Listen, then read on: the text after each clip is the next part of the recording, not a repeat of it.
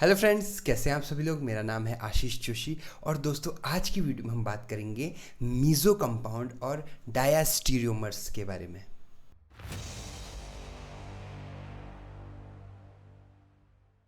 दोस्तों पिछली वीडियो में हमने पढ़ा था इनेंशियोमर्स क्या होते हैं और रेसिमिक मिक्सचर क्या होते हैं।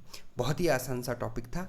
आज भी हम पढ़ने वाले हैं कि भैया मीज़ो कंपाउंड्स क्या होते हैं।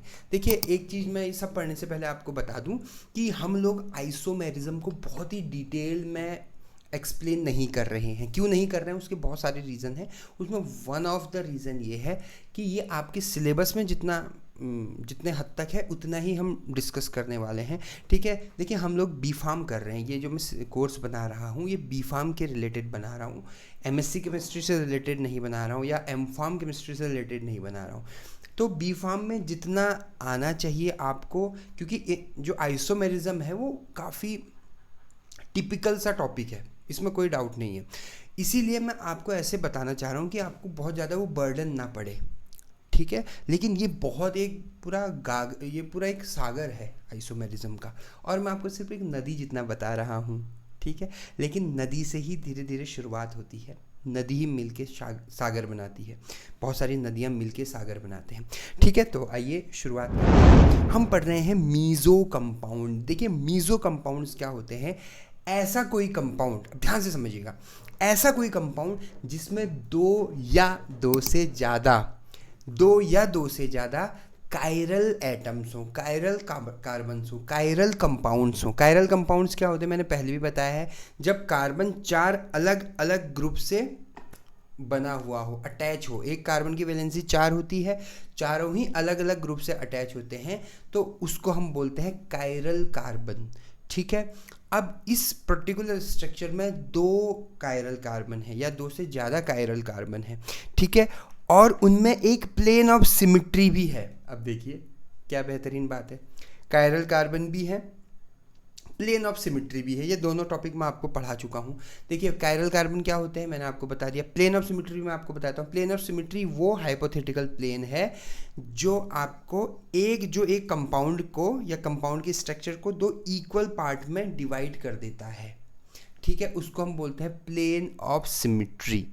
ठीक है, ऐसा कुछ है तो इसको हम मीज़ो कंपाउंड बोलते हैं। और मीज़ो कंपाउंड क्या है, ऑप्टिकली इनएक्टिव होते हैं। एक एग्जांपल के थ्रू हम बात को समझते हैं। ठीक है, देखिए फॉर एग्जांपल ये कोई कंपाउंड है आपका, ध्यान से समझिएगा, ये कोई कंपाउंड है। ठीक है, ये कोई कंपाउंड है। अब इस कंपाउंड को आप ध्यान से देखिएगा, जो भी इसका नाम है उसमें मैं नहीं जा रहा हूँ। ठीक है, इसमें 2 कार्बन है। एक कार्बन है ये वाला कार्बन और दूसरा कार्बन है ये वाला कार्बन। ये 2 कार्बन इसमें मौजूद हैं। अगर आप दोनों कार्बन को ध्यान से देखेंगे, ये वाले कार्बन की अगर मैं बात करूं सबसे पहले, तो ये अलग ग्रुप है H, ये OH अलग ग्रुप है, ये CH3 अलग ग्रुप है, और ये पूरा जो है ये भी अलग ग्रुप है। मतलब ये कार्बन 4 अलग अलग कंपाउंड से मिलकर बना है। तो ये क्या है, आपका कायरल कार्बन है, कायरल कार्बन। ठीक है, अब उसी तरह हम नीचे इसको भी देखते हैं। ठीक है, इसमें भी ये OH अलग ग्रुप है, H अलग ग्रुप है, CH3 अलग ग्रुप है और ये पूरा अलग ग्रुप है। तो ये वाला जो कंपाउंड है ये भी क्या है, आपका कायरल कार्बन है। और इसमें एक चीज़ और है कि अगर मैं इसकी प्लेन ऑफ सिमेट्री देखूं, मतलब अगर मैं इसको यहाँ से बीच से कट कर दूं, इस तरह से इस तरह से अगर मैं बीच में आपको कट कर दूं, तो ये जो दोनों ही कंपाउंड बनेंगे, ये दोनों एक दूसरे को इक्वल अमाउंट में काटते हैं। मतलब ये एक दूसरे को इक्वल अमाउंट में कैसे काटेंगे, CHOH और CH3। ठीक है, और मैंने यहाँ पर एक कट मारा और यहाँ पर जो हमको मिला है वो भी क्या मिला है, कार्बन और OH, ये देखिए CH3, ये देखिए, और H। तो इसको हम बोलेंगे प्लेन ऑफ सिमिट्री है। ये प्लेन ऑफ सिमिट्री मतलब दोनों को इक्वल अमाउंट में काट रही है। ठीक है, और ये क्या होते हैं, ऑप्टिकली इनएक्टिव होते हैं। ऑप्टिकली इनएक्टिव होते हैं मतलब प्लेन पोलराइज लाइट को रोटेट नहीं कर पाते हैं। जो PPL रोटेशन है वो नॉट पॉसिबल। ठीक है, यहाँ पर आप लिख सकते हैं नॉट पॉसिबल। तो इनको हम ऐसे कंपाउंड्स को हम बहुत ही प्यार से बोल देते हैं मीज़ो कंपाउंड्स। इनके स्टार्टिंग में मीज़ो आ जाता है, जो भी नाम होगा उसकी स्टार्टिंग में मीज़ो आ जाएगा। ये है आपका मीज़ो कंपाउंड। बहुत ही सिंपल टॉपिक है, ज़्यादा डिफिकल्ट टॉपिक नहीं है, ठीक है। अब हम बात करते हैं डायस्टीरियोमर्स के बारे में। देखिए डायस्टीरियोमर्स जो है आपका भी सेकेंड यूनिट में जियोमेट्रिकल आइसोमेरिज्म है, वो भी डायस्टीरियोमर का ही एग्जांपल है, ठीक है। बेसिकली देखिए डायस्टीरियोमर्स क्या होते हैं, सेम मॉलिक्यूलर फॉर्मूला, सीक्वेंस भी इसका सेम होता है, सीक्वेंस बॉन्डेड एटम्स का सेम होता है। अभी मैं बता दूंगा आपको, एग्जांपल जब दूंगा आपको समझ में आ जाएगा। लेकिन डिफर ये कहाँ पर करता है, उसके स्पेशियल अरेंजमेंट में। स्पेशियल अरेंजमेंट, स्पेशल और स्पेशियल अलग अलग चीज़ें हैं। स्पेशल मतलब तो विशेष, ठीक है ना। स्पेशल वो बच्चा बहुत स्पेशल है, मतलब कुछ खास है, ठीक है। स्पेशियल मतलब स्पेस में। जब हम ऑर्गेनिक कंपाउंड्स की 3D स्ट्रक्चर की बात करते हैं तो स्पेशियल स्ट्रक्चर हम बोलते हैं, या उसको हम 3D स्ट्रक्चर भी कहते हैं। तो 3D स्ट्रक्चर में वो डिफ़र करता है, ठीक है। वो कैसे 3D स्ट्रक्चर हम देखते हैं, अभी हम आगे प्रोजेक्शंस पढ़ेंगे, उसमें क्लियर हो जाएगी ये चीज़, ठीक है। और एक इसमें सबसे इम्पोर्टेंट बात क्या है, ये नॉन मिरर होते हैं, इनमें मिरर कंपाउंड नहीं बनता है, ठीक है। नो मिरर इमेज, कोई भी मिरर इमेज इसमें नहीं बनती है, ठीक है। इसकी फिजिकल प्रॉपर्टीज़ अलग अलग होती है, केमिकल प्रॉपर्टीज़ भी अलग अलग होती है, ठीक है। बहुत ही इम्पोर्टेंट है ये आइसोमेरिज्म में। मैं एक एग्जांपल आपको बताता हूँ। देखिए जैसे फ़र्ज़ करिए कि ये कोई कंपाउंड है, ठीक है, CH3C और CH3। यहाँ पर देखिए इसके हाइड्रोजन लगा हुआ है, इधर आपका OH लगा हुआ है, हाइड्रोजन इधर लगा हुआ है, ठीक है, और इधर आपका Br ब्रोमीन या क्लोरीन जो भी है वो लगा हुआ है, ठीक है। अगर मैं इसकी मिरर इमेज बनाऊँ, तो कैसे बनेगी, देखिए कैसे बनेगी। आपका CH3 तो CH3 रहेगा, हाइड्रोजन उछल के इस साइड आ जाएगा, ठीक है। OH तो ऐसे ही रहेगा OH, उसी तरह से ब्रोमीन भी उछल के इस साइड आ जाएगा इस तरह से, अभी देखिए, और H यहाँ पर रहेगा। ये इसकी मिरर इमेज। मान लो इसको मैं कर देता हूँ, अभी चलो ABCD कर देते हैं, इसको हम A कर देते हैं, इसको हम B कर देते हैं, ठीक है। एक इसी से मिलता जुलता हम एक कंपाउंड और बना देते हैं, जाओगे, ठीक है। ये है इस तरह से, इसी का कंपाउंड है ये, सेम वही है कंपाउंड, ठीक है। ये आ जाएगा यहाँ पर H, इधर पे आ जाएगा H, इधर पे आ जाएगा Br, और ये आ जाएगा CH3। मैंने कुछ नहीं कर रखा है, बस इस Br को इधर शिफ्ट कर रखा है और कुछ नहीं कर रखा है, ठीक है। और मैं इसकी भी मिरर इमेज बनाऊं अगर, ठीक है, तो ये क्या हो जाएगा CH3। अब आप कह रहे होगे ये कर क्या रहा है, अभी मैं आपको बताऊंगा। आपको डायस्टीरियोमर्स इससे आसानी से और कहीं से समझ में नहीं आएगा, ठीक है। ये हो गया आपका CH3। क्या ये बात आपको क्लियर है? बहुत बढ़िया। इसका नाम हम रख देते हैं C फॉर कैट और D फॉर डायस्टीरियोमर्स, ठीक है। अब ध्यान से समझिएगा। अब अगर मैं बोलूं क्या A और B एक दूसरे के मिरर इमेज हैं क्या, भाइयों बहनों मैं आपसे पूछना चाहता हूं, क्या A और B एक दूसरे के मिरर इमेज हैं क्या? बिल्कुल है। तो एक दूसरे के चूंकि ये मिरर इमेज है, तो ये क्या है, क्या ये डायस्टीरियोमर्स हैं? नहीं है। क्यों? क्योंकि ये एक दूसरे के मिरर इमेज हैं। क्लियर? क्या ये ऑप्टिकली एक्टिव हैं? अब देखिए ये क्या होते हैं, ये आपके, हाँ ये ऑप्टिकली एक्टिव हैं। वो तो हम जब PPL में पोलरोमीटर में डालेंगे तो पता लग जाएगा।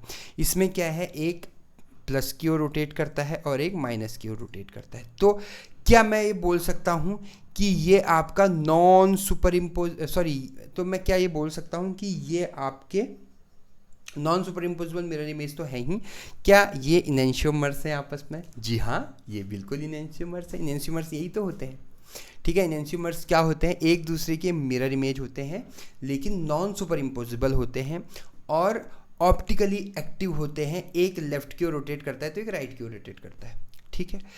क्या ये दो स्ट्रक्चर को देखने पे ये दोनों एक दूसरे के इनेंशियोमर्स हैं क्या? बिल्कुल हैं, ठीक है। ये भी ऑप्टिकली एक्टिव है और ये भी ऑप्टिकली एक्टिव है और दोनों ही non superimposable mirror image है। तो क्या ये एक दूसरे के डायस्टीरियोमर्स हैं? नहीं। लेकिन अब यहाँ से ध्यान से समझिएगा, लेकिन क्या ये कंपाउंड A कंपाउंड और क्या ये कंपाउंड C कंपाउंड, अब देखिए, क्या ये एक दूसरे के मिरर इमेज हैं क्या? नहीं है। मिरर इमेज भी नहीं, मिरर इमेज होता तो ये जो OH है ये यहीं पर रहता, ठीक है, ये बनता मिरर इमेज। क्या ये वाला A और ये वाला C एक दूसरे के मिरर इमेज है क्या? नहीं, मिरर इमेज है। क्या इन दोनों का मॉलिक्यूलर फॉर्मूला सेम है क्या? बिल्कुल सेम है। अगर मैं इनके मॉलिक्यूलर फार्मूले की बात करूं, यहाँ पर मॉलिक्यूलर फार्मूला कैसे डिसाइड करेंगे हम? कितने नंबर ऑफ कार्बन कितने हैं? 4 हैं, C4। नंबर ऑफ हाइड्रोजन कितने हैं? 3 3 6 7 8 9 H9, ठीक है। ऑक्सीजन है क्या इसमें? एक ऑक्सीजन है। और ब्रोमीन है क्या? एक ब्रोमीन है। वैसे ही यहाँ भी है। नंबर ऑफ कार्बन कितने हैं? 4 हैं। हाइड्रोजन कितने हैं? 3 4 5 6 7 8 9 है। ऑक्सीजन एक है और एक Br है। तो क्या दोनों का मॉलिक्यूलर फार्मूला सेम है क्या? बिल्कुल सेम है। क्या सीक्वेंस सेम है क्या? सीक्वेंस सेम है का कहने का क्या मतलब है? क्या ये वाला कार्बन CH3OH इन तीनों से जुड़ा हुआ है क्या इधर? बिल्कुल। ये वाला कार्बन CH3OH और H से जुड़ा हुआ है।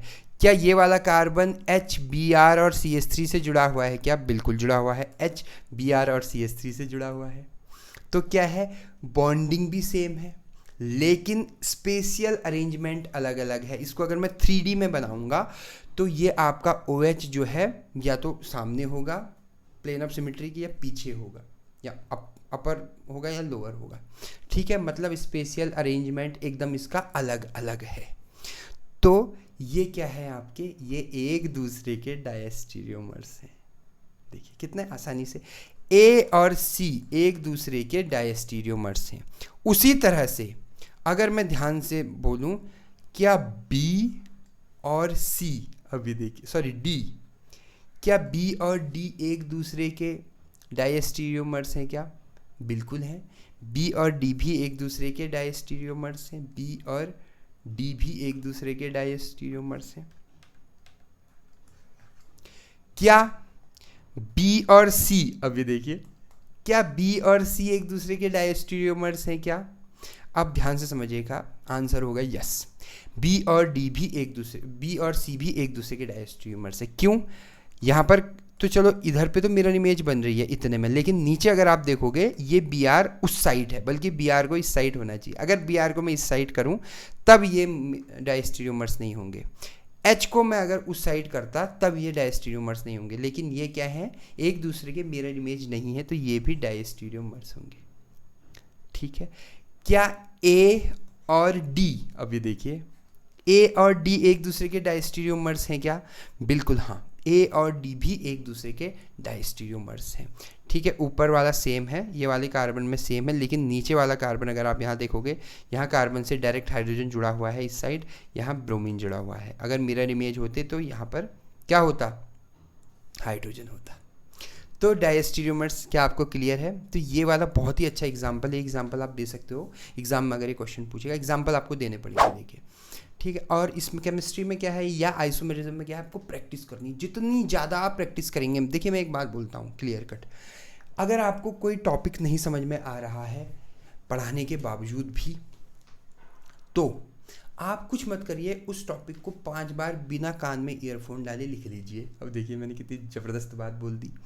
आप अगर उसको बिना कान में ईयरफोन ठूंसे लिख देंगे तो मैं गारंटी दे सकता हूँ, मेरी गारंटी है, ठीक है, कि आपको वो टॉपिक 80% आपके दिमाग में चला जाएगा। बाकी 20% आपको धीरे धीरे धीरे खुद ही समझ में आ जाएगा।